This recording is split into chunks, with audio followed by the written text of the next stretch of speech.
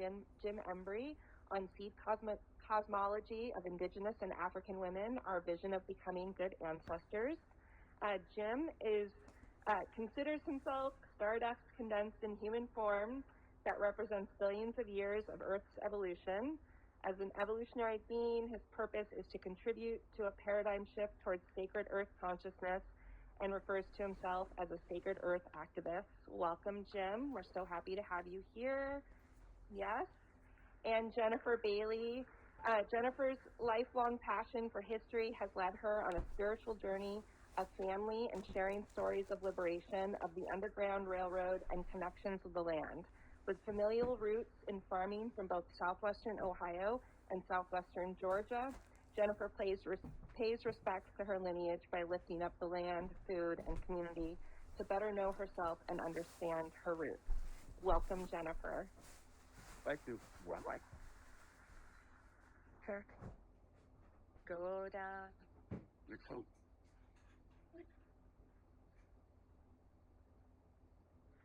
Go down, Moses, way down in Egypt land.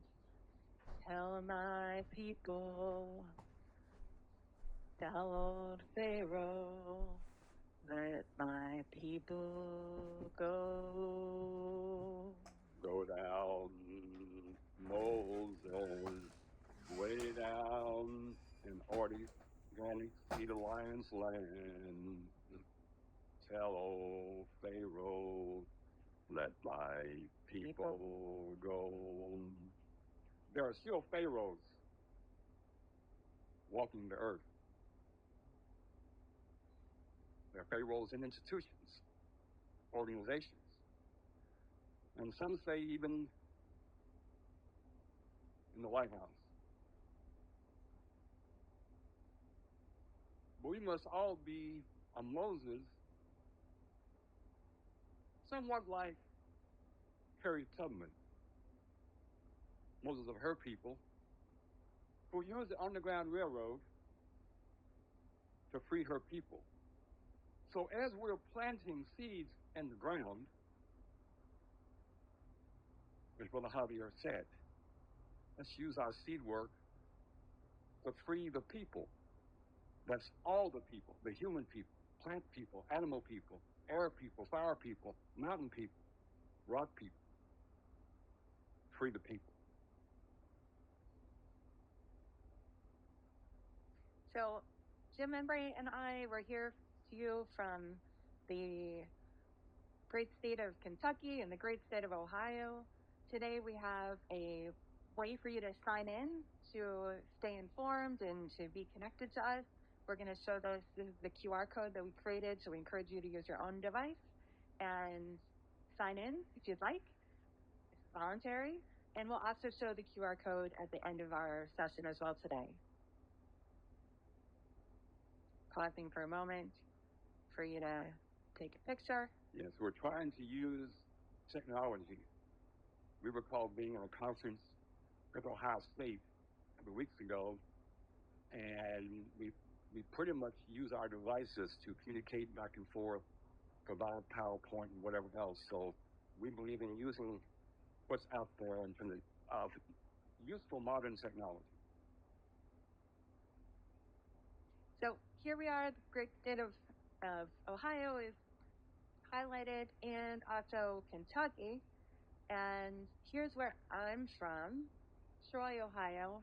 I have agrarian roots on both sides of my family, as was mentioned. I grew up on a Christmas tree farm in Ohio that my parents started.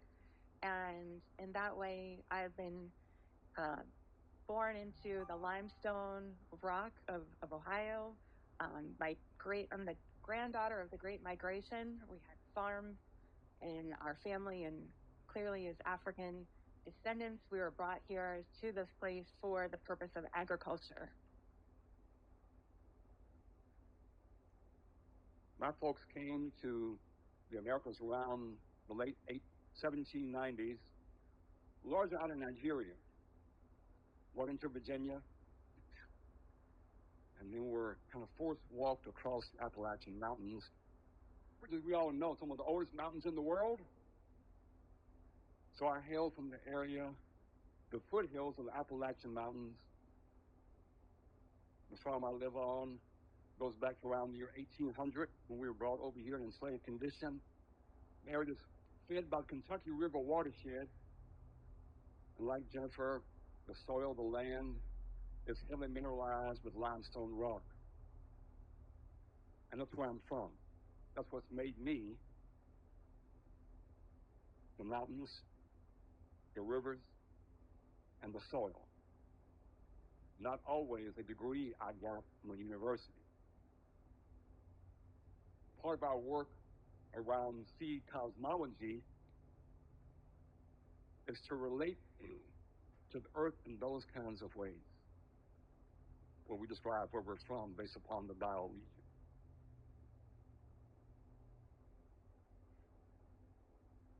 About 2 or 3 years ago, as we were hosting the Ujama Seed Spring convening, we began to conceptualize this idea of seed work based upon a bioregional approach, based upon river systems. And we create what's called the Cumberland Seed Commons, which is a multi-function entity that's based upon local seed communities, but based upon a bioregional structure. Again, we think we need to move beyond cities and counties that are human-made forms and approach a more of a bioregional approach. And here's kind of a modeling of what we've done with that. Here's a sense of that Cumberland River, the headwaters are about an hour from our farm in East Kentucky, goes into Tennessee, goes all the way across the state, goes by our friend, your friend, my friend, Al Gore's farm near Nashville, comes back into Kentucky near my in-laws' farm in West Kentucky before entering into Mississippi River. Again, we're saying we love the virtual seed commons. That's a great platform.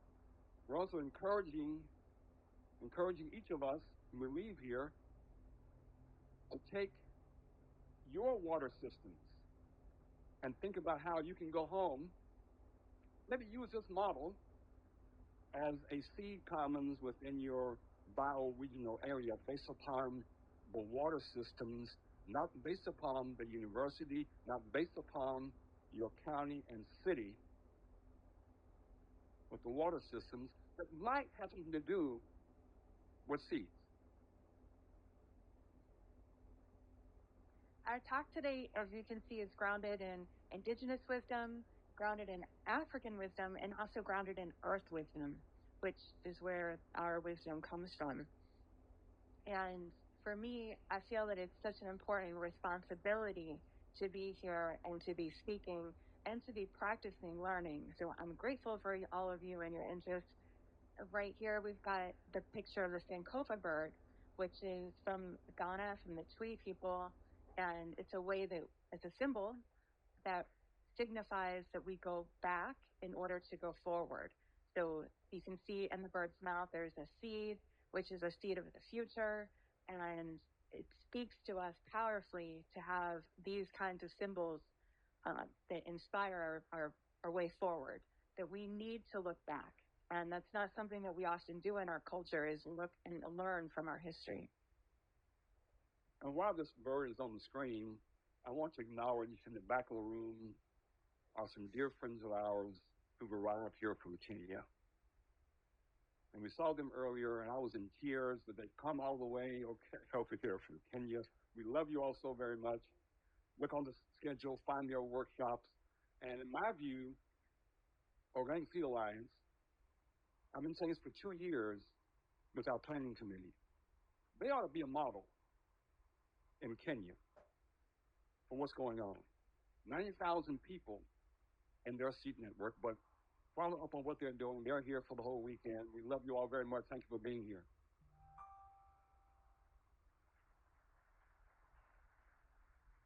And what we're saying about seeds, we have to kind of go back and get more cosmologically earth-centered in what seeds are about. We refer to this universe beginning, they call it the Big Bang. We say it's too masculine, it's too masculine. We call it the Big Seeding. When this bundle of light and love shattered and began to emerge. So the Big Seeding is why we're here now. We say, I say, I'm stardust condensed in human form.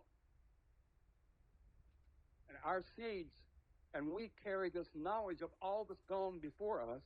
They said some 14 billion years. So we ground ourselves in that kind of a seeding. And that the earth then formed, right? The earth formed, and then she became a seed and birthed all of us.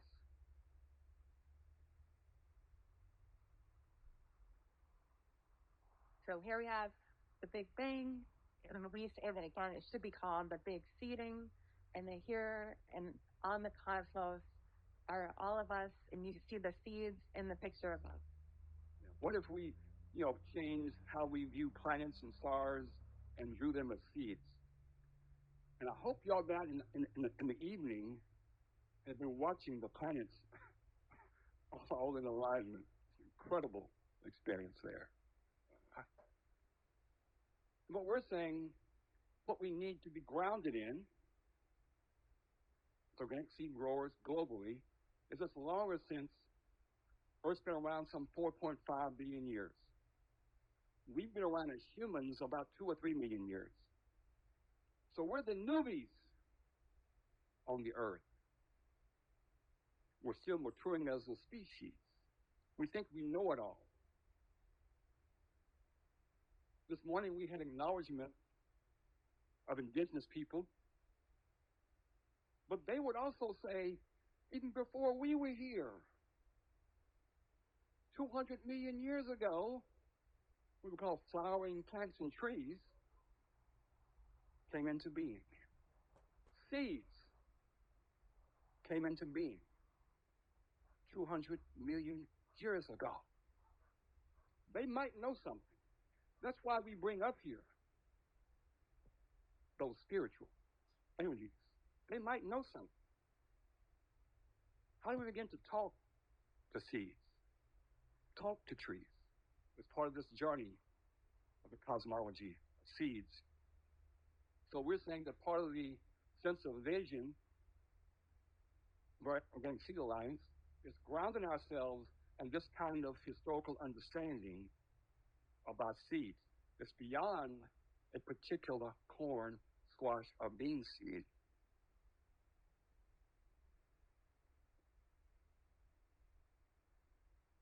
So the image above, it shows another kind of a way that we can think of the world and how it began with the water, and then the different species coming out of the water, and then finally the people, and how we can pay homage to ourselves, and because this time is happening so that we see the history and understand the creation story and tell it in a different way, that it's not simply linear, that we're all evolving, and that as the newest species, we still have a responsibility to mature and to be able to,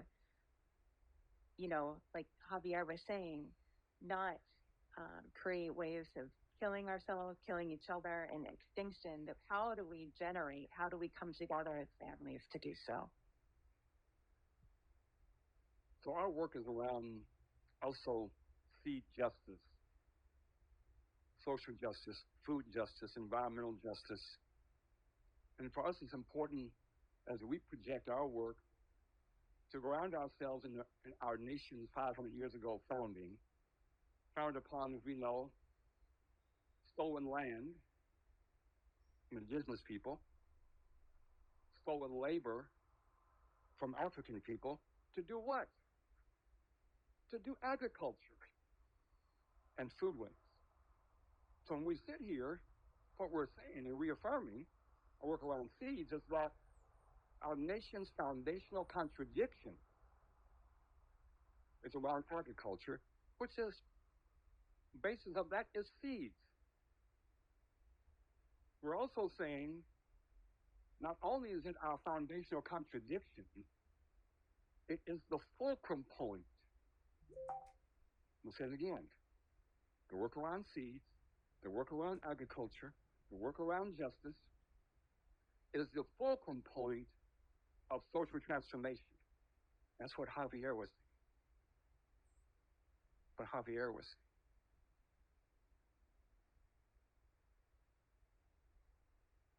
We're talking about the different systems, the systems of enslavement, the systems of sending children to boarding schools, and the systems of taking culture from people that need to be repaired. So in order to move forward, we say that there are six pathways for a sustainable future. And our first pathway is around earth-centric and woman-centric, as we're defining here today, that women are the carriers of seeds as in our human form, and the earth in her earth form has given birth to all of us as seeds, so that we must in any way forward for a future think about women and where that we are. Indigenous wisdom. And what we're saying is move beyond just simply a land acknowledgement. When we go home, the question becomes, in our day-to-day work, how are we relating to folks in our area, in our states, in our cities? How well do we interact with indigenous people in our areas? How well are we ensuring that they're coming in and providing the keynote presentation? When we organized last fall in Tennessee, our local food summit, we had two folks coming from the Cherokee tribe in Oklahoma to open up the whole session to talk about seed cosmology from the Cherokee nation's perspective, not from all nations' perspectives. But we're saying that these folks have been around in Turtle Island for 20, 30, 40,000 years, people say. They might know something. And what we're saying, the way forward, that we're grounded in that wisdom, both historically and currently. We also want to remember that we all come from indigenous people. Trace ourselves back. Part of our work is to find our indigenous roots. We're also saying that we're all indigenous to the earth. We must claim our indigeneity. That's what it means, indigenous wisdom. Our third pathway of George Washington Carver. George Washington Carver is regarded as the premier scientist of his day. And we're saying that his ability, his work with plants and talking to them, understanding that he said God told him that he could have the ability to talk to a plant, and that plant then gave him what could be done with her in the peanut plant. And he had 4 fungi that were named for him. He was a premier mycologist of his day. So we're saying that this work of George Washington Carver, he worked for 4 different presidents, that this is an important way for us to move forward. But it's more than just him. It is also the greater African American ethos that needs to be part of any way forward for the future. Yes. Jennifer, I do about 25 talks a year, most of them at universities. We work at Ohio State, and they're building a 3-story space module going to go to Mars in 2040. And they're using Carver's ideas around growing sweet potatoes to eat the leaves. They're going to be working on how to grow plants in 0 gravity. So 9 months to a year journey to Mars, 9 months to a year back. They're using Carver's ideas for that. They're building the space module. On the walls are compressed fungi in the space module. Why? Because fungi are non-toxic, non-flammable. When they break down, you can compost them. At Cornell University, we're working with them. They're researching how to talk to plants and trees based upon Carver's ideas. He's been whitewashed and blackwashed. And we're saying, Organic Seed Alliance ought to be grounded in Carver's ideas. He was a seed man. Went around the South delivering seeds all across the South. That's claiming them as a guiding light to the future.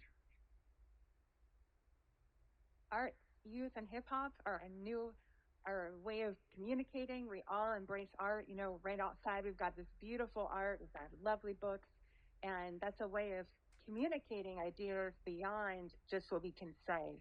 And youth are our seeds.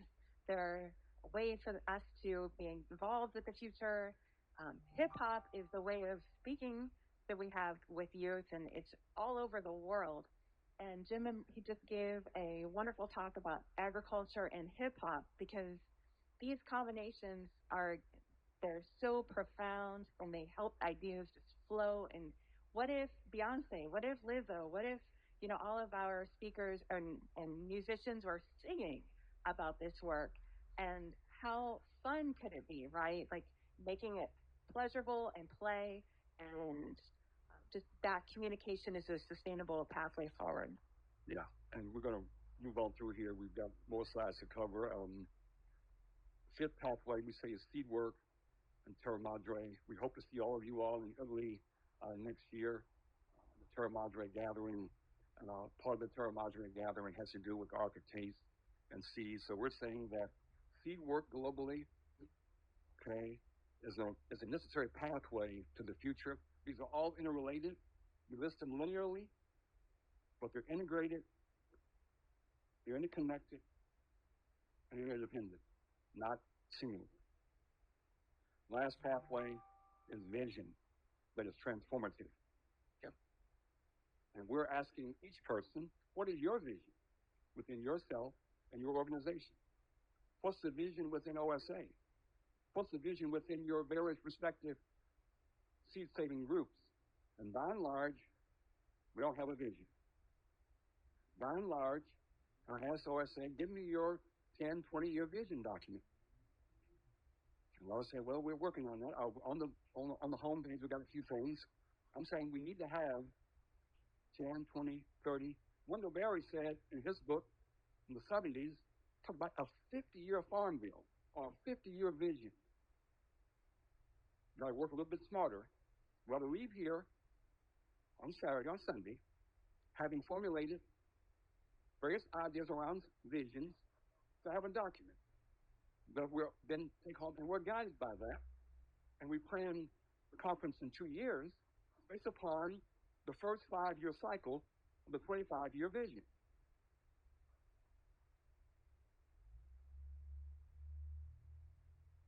So indigenous wisdom, talking about Turtle Island, there's many different stories that we have of how we came to be. In indigenous wisdom, we call North America Turtle Island because of the turtle going under the water and then coming up with the soil on its back, and that's the creation story here.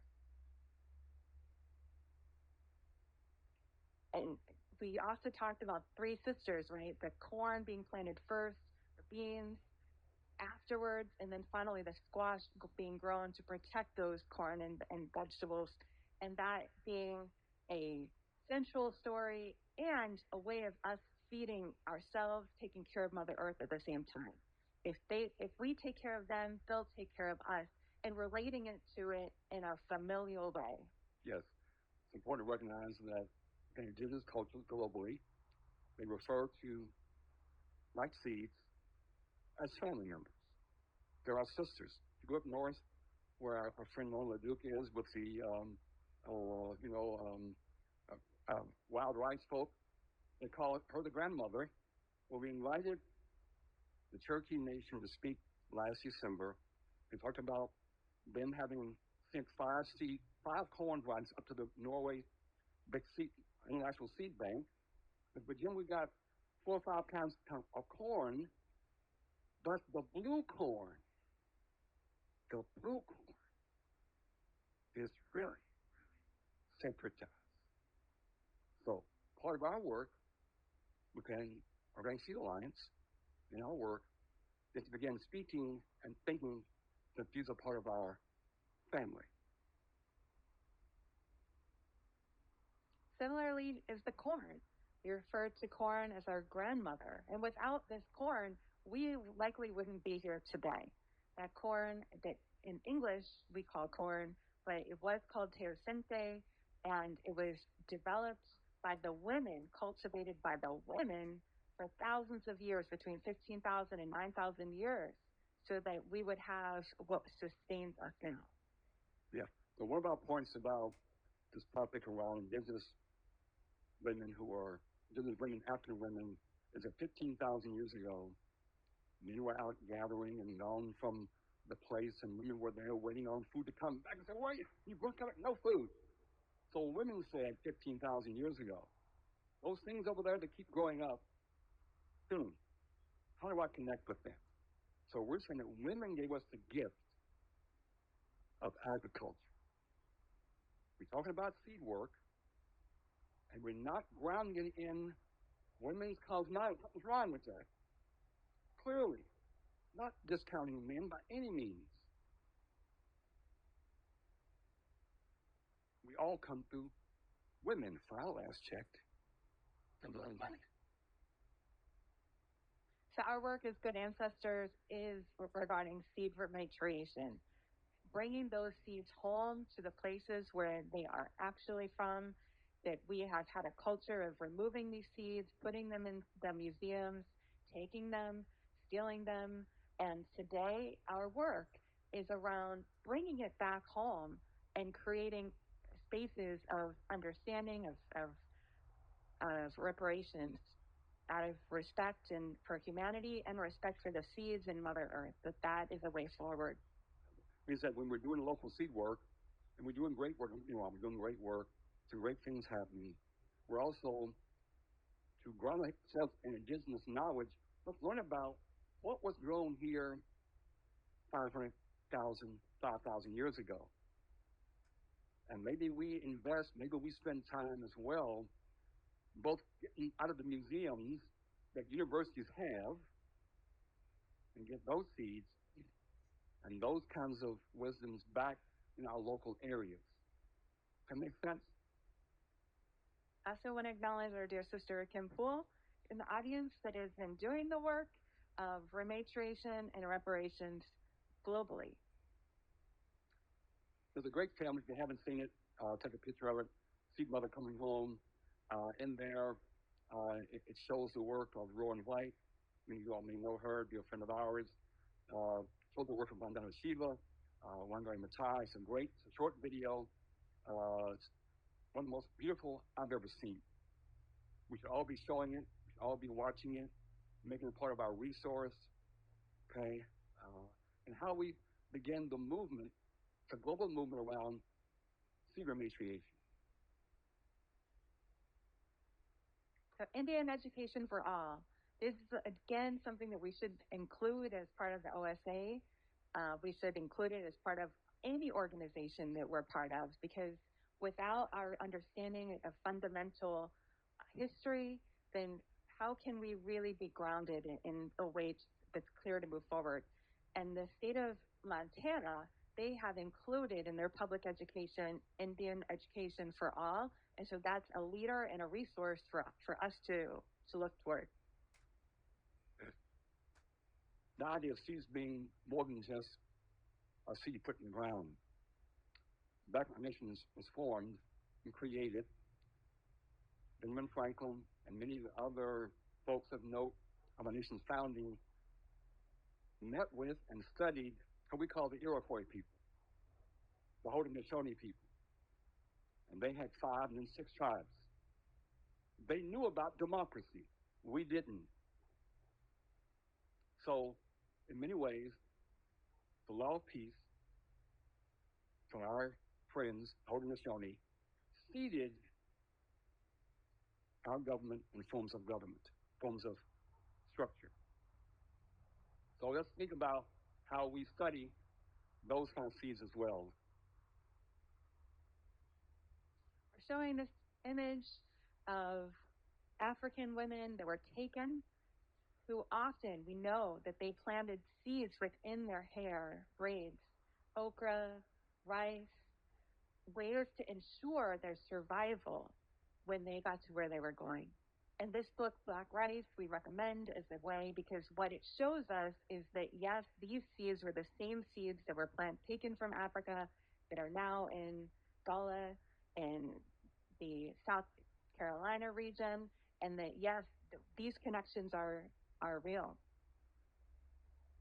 We lift up our sister Wangari Maathai, who was awarded a Nobel Peace Prize for her work. As she celebrates, the quote above about whenever she celebrates, she plants a tree. And she was also the woman to seed over 900,000 businesses of women. And when in the Greenbelt movement, she fought oppression against the government and helped women to rise up and work together to reforest their land. Remember that the seed work in Kenya was connected with women's oppression and deforestation. So seeds help transform the nation, what Javier was saying. We're going to roll through this pretty quickly. There are a lot of wonderful books that we can recommend. One of them is Something While Black. In our view, it's the Bible for the century.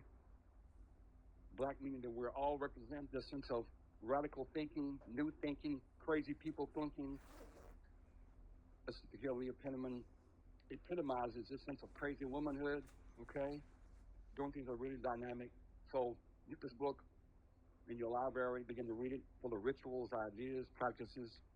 Another book is We Are Each Other's Hardest by Natalie Brazil. On the front cover, you see two women, Leah Penniman and her sister Naima. Almost looks like Rosie the Riveter during the industrial period. And what we're saying in this period is the image of women with hoes and rakes and shovels that represents this century. Doesn't just mean though black women, it means all women, and it means all men. Have a good connection to the land, to seeds. I have an essay in that book, I'm doing a commercial. The essay is about my family farm I referred to earlier. Title is Ancestral Vibrations Guide Our Land Connection. Okay. And I have in there a quote about that we are the seeds of our ancestors' dreams.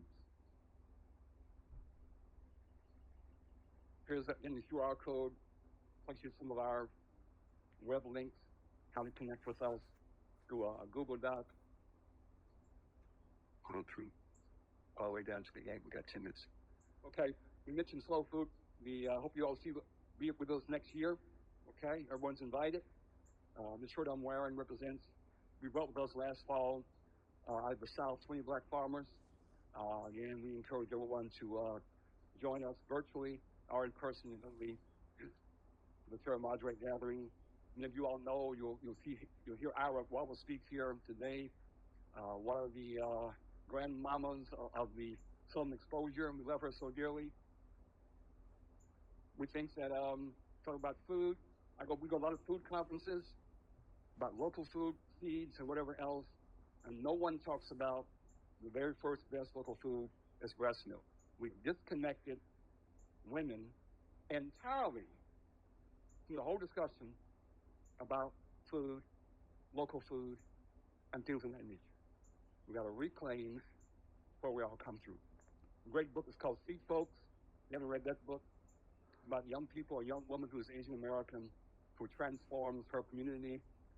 We hope we're all going back home, doing work with young people, saying, you young people are agents of change. We need you all to help transform our communities.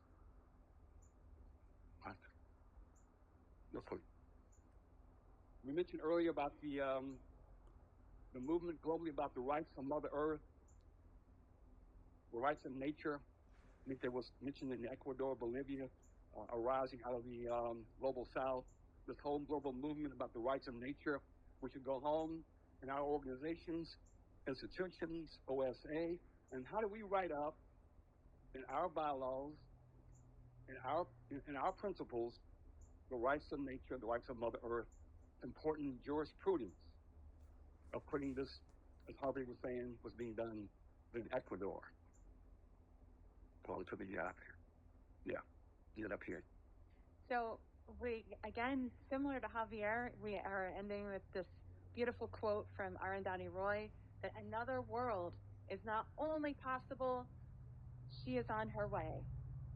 And on a quiet day, I can hear her breathing. So part of our concluding statement is that the work around seeds is about us maturing as a species, how to become good ancestors. We use a metaphor of the butterfly, saying we're like caterpillars. We live on one plant, you're a monarch, on the milkwood plant. You eat, you poop, you make a mess. That's how we are as a species. Think we know it all. Rambunctious, predatory. But we're moving into a transition period of going into a cocoon, if you will, of recognizing we're meant to do something at a high level as a species. And in the cell, or in that cocoon, are imaginal cells. We're all imaginal cells. OSA is imaginal cell. Friends from Kenya are imaginal cells. We're all imaginal cells trying to get other cells to recognize that there's a higher level of being that we're meant to be.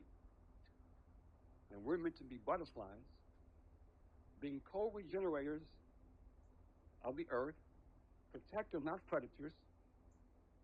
So if we go home, say, oh, yeah, I am an imaginal cell. OSA is providing the resources to support experience to further our being imaginal cells, because we're meant to be butterflies, not just caterpillars.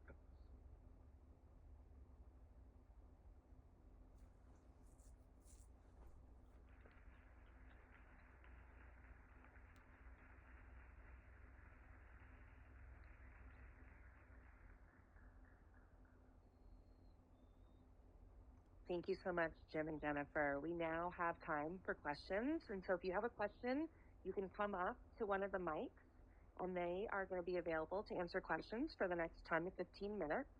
And if we have any questions online as well through Organic Seed Commons, those will also be brought up so they can address them as well. I'd like to come to you. That's fun.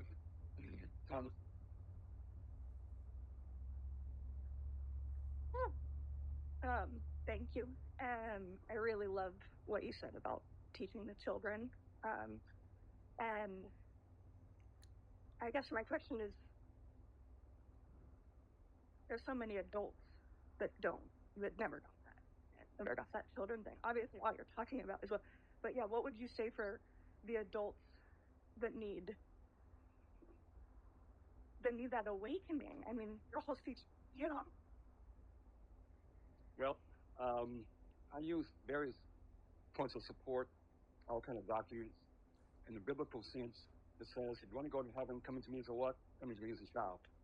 I think we get conditioned out of our playful, creative impulses. We're all here to be creative. And then we get dumbed down to, and so over there's the artist, over there we're and not us. We're all creative. We're all divine lights. And to claim that, where for adults it means, in all of our work, finding ways to work with young people.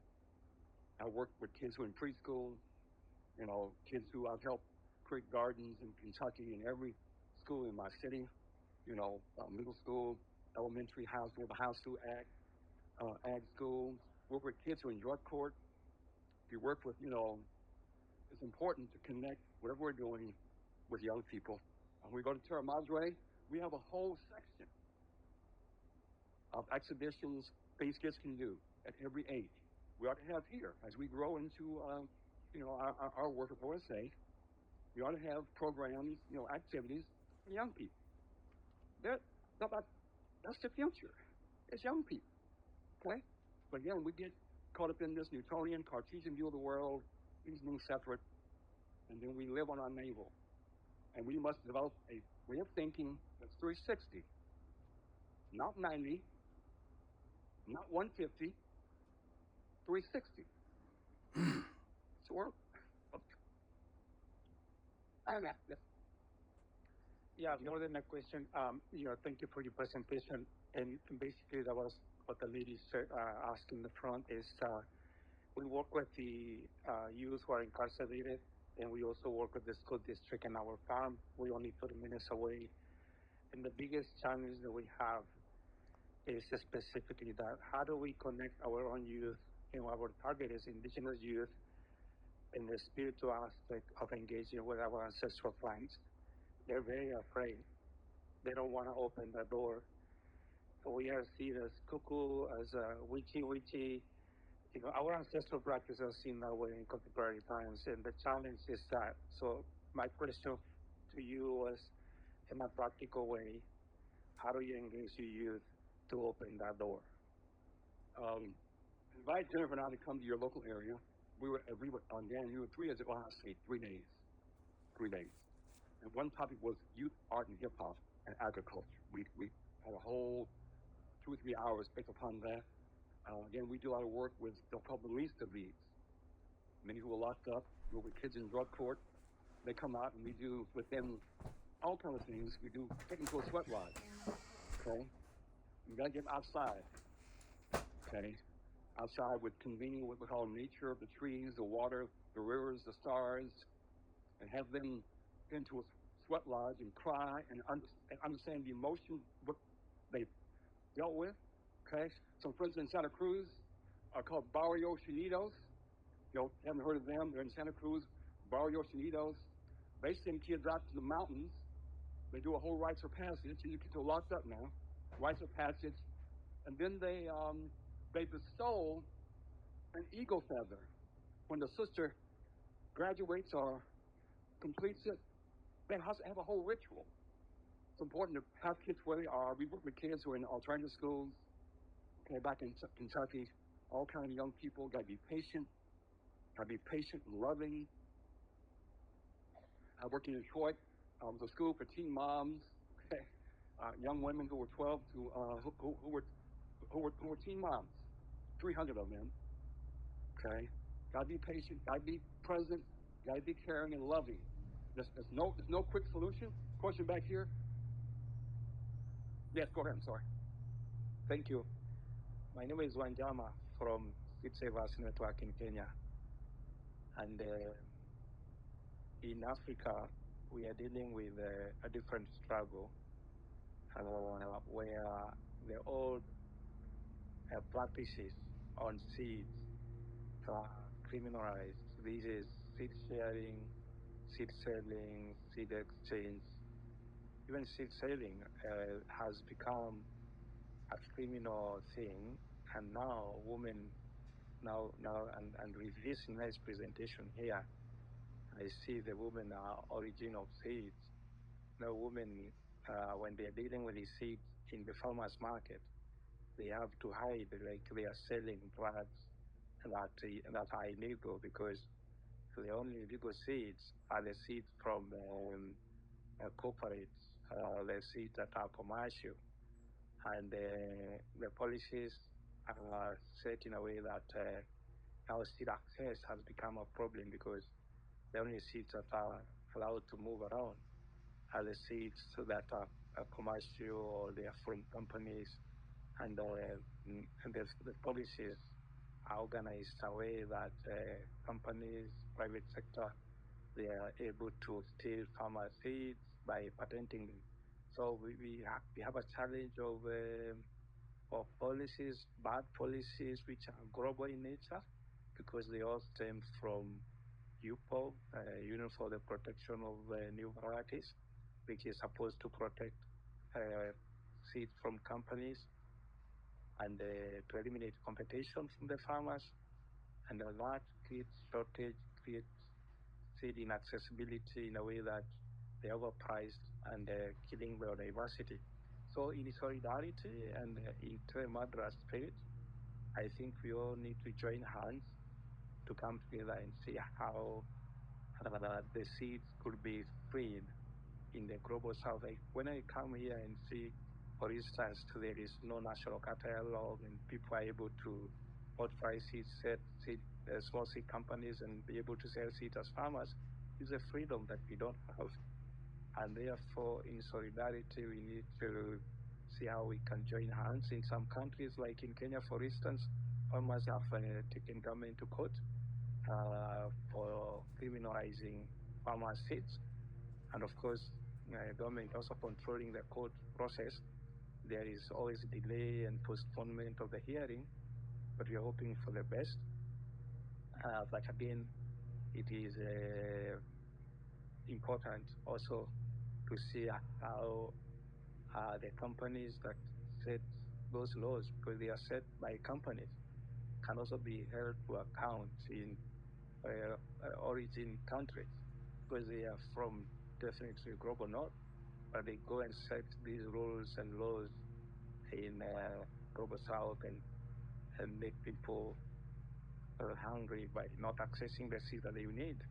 And they are not also, these companies are also not able to supply all the seeds that farmers need in terms of diversity. They only choose the crops that could give them a profit, and those that are not profitable, they ignore. Thank you for this, and we're happy to stay connected as global community.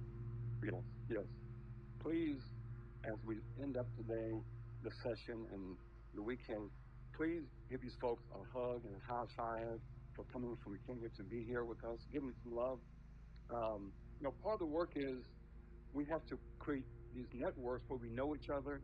It's important to meet in person. Okay, we meet out of here. We all across this country. We have similar work that's being done. Javier mentioned, that Brother Manzama mentioned, in our various across the country. What's our 20-year vision for bioregional seed commons? Because the strength to combat these global forces has to do with how well we're linked locally. Use example, Jennifer mentioned the African American ethos coming after the Civil War. George Washington Carver and the likes of his work at Tuskegee worked with some 2 and 3, 4 million black farmers in the South who were all seed keepers.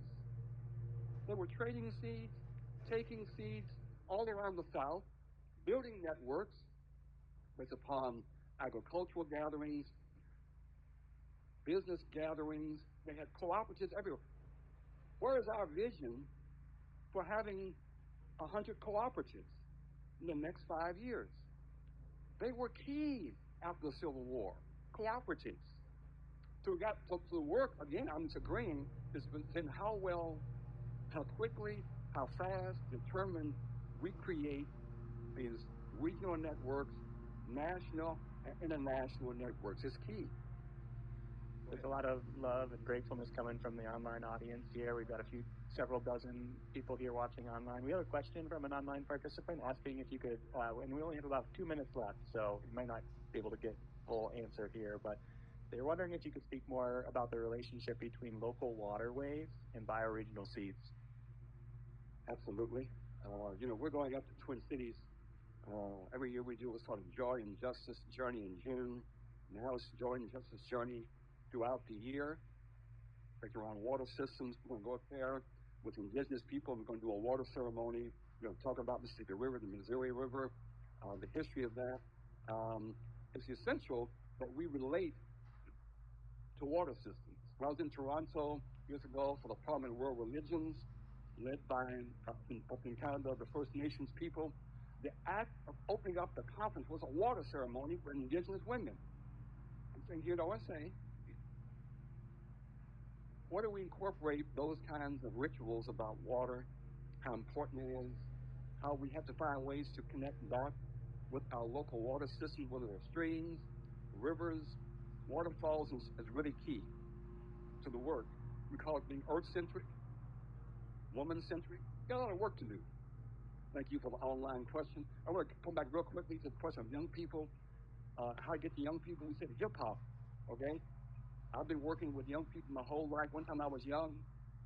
But in the hip-hop, if you go look at online at our presentation at Ohio State, you'll find in there many examples of young people across the globe who are using hip-hop, rap, breakdancing, whatever else, to tell the story about seeds. A friend of ours in Denver named DJ Cavum began his own business, has a business called Black Seeds.